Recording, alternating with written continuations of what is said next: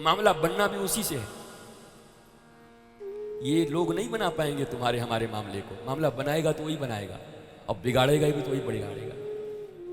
रातों रात बिगाड़ देगा और रातों रात बना देगा मामले को, इतना तो पक्का है भैया, इसमें तो दो मत नहीं। तो जब इतना पता है कि वो बना भी देगा तो उसके साथ ईमानदार रहने की तो बात है।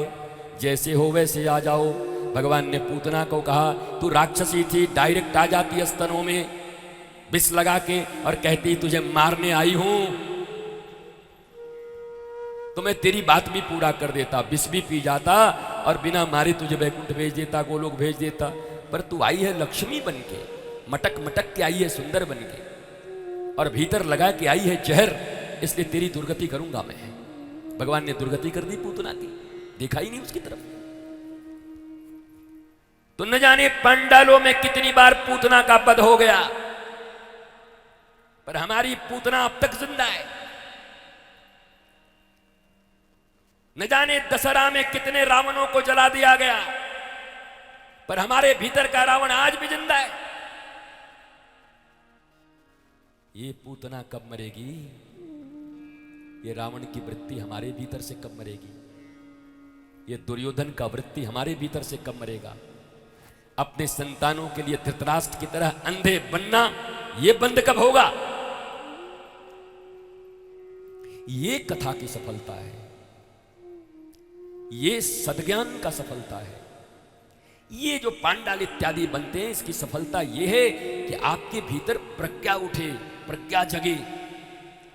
10, 20, 25, 30, 40, 50, 60 साल उम्र हो गए, अब जाने वाले हो, उसके पहले प्रज्ञा जग जाए, प्रज्ञावान हो जाओ। इसके लिए कथा अरेंज किया गया है। इसके लिए नहीं कि यहां कितना भीड़ हुआ, कितने लोग आए, कौन कौन लोग आए, ये सब कोई सफलता नहीं भैया। This is not success. The real definition of success, do you know? भीतर से कितने ब्लिसफुल हो, मस्त हो। जो जितना मस्त है वो उतना ही सक्सेसफुल और सफल है, और जो जितना अस्त व्यस्त है उसके पास कुछ भी हो तो कौड़ी का आदमी है महाराज। मस्ती है कि नहीं भीतर की? मुझे मेरी मस्ती कहां लेके आ, वो मस्ती चाहिए। मेरी मस्ती पता नहीं मुझे कहां लेके आई, मौज चाहिए। तो पूतना को भगवान ने देखा नहीं और पूतना का वध कर दिया। उसके बाद आया सक्टासुर। अब सक्टासुर कौन है? बैलगाड़ी के ऊपर में दही, दूध, घी, खूब रस ही रस रखे हुए थे। आज लाला ने करवट बदला था। यशोदा ऐसी है जो हर छोटी चीज को उत्सव बना देती है।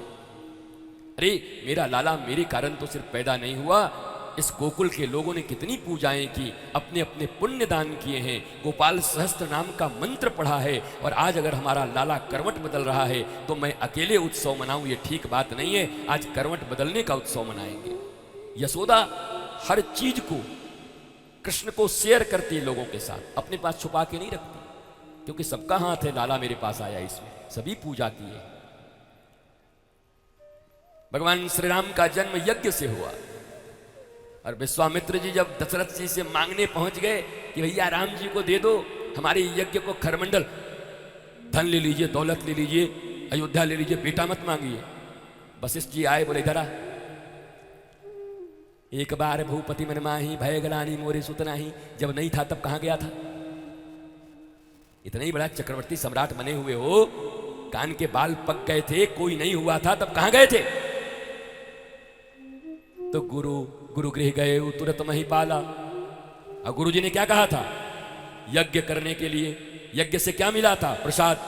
उसके बाद आए थे राम। हां, जिस यज्ञ से राम आए हैं घर में, उसी यज्ञ की रक्षा के लिए बाबा मांगने आया है, तो तुम्हारा बेटा हो गया अभी।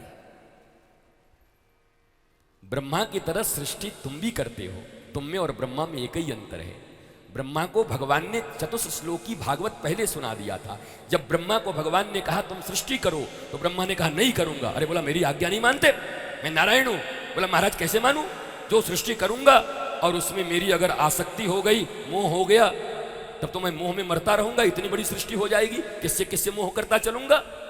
भगवान ने कहा उसका उपाय मैं कर देता हूं, इधर आओ। तो 4 श्लोक की भागवत सुनाई, अहमेवासमेवाग्रे। उस चतुर्थ श्लोकी भागवत के कारण ब्रह्मा जी को मोह नहीं। सृष्टिकर्ता तुम भी हो, अपने बच्चे पैदा तुम भी करते हो, घर तुम भी बनाते हो, फ्रिज तुम ले आते हो, वैज्ञानिक तुम हो, इन्वेंशन तुम करते हो।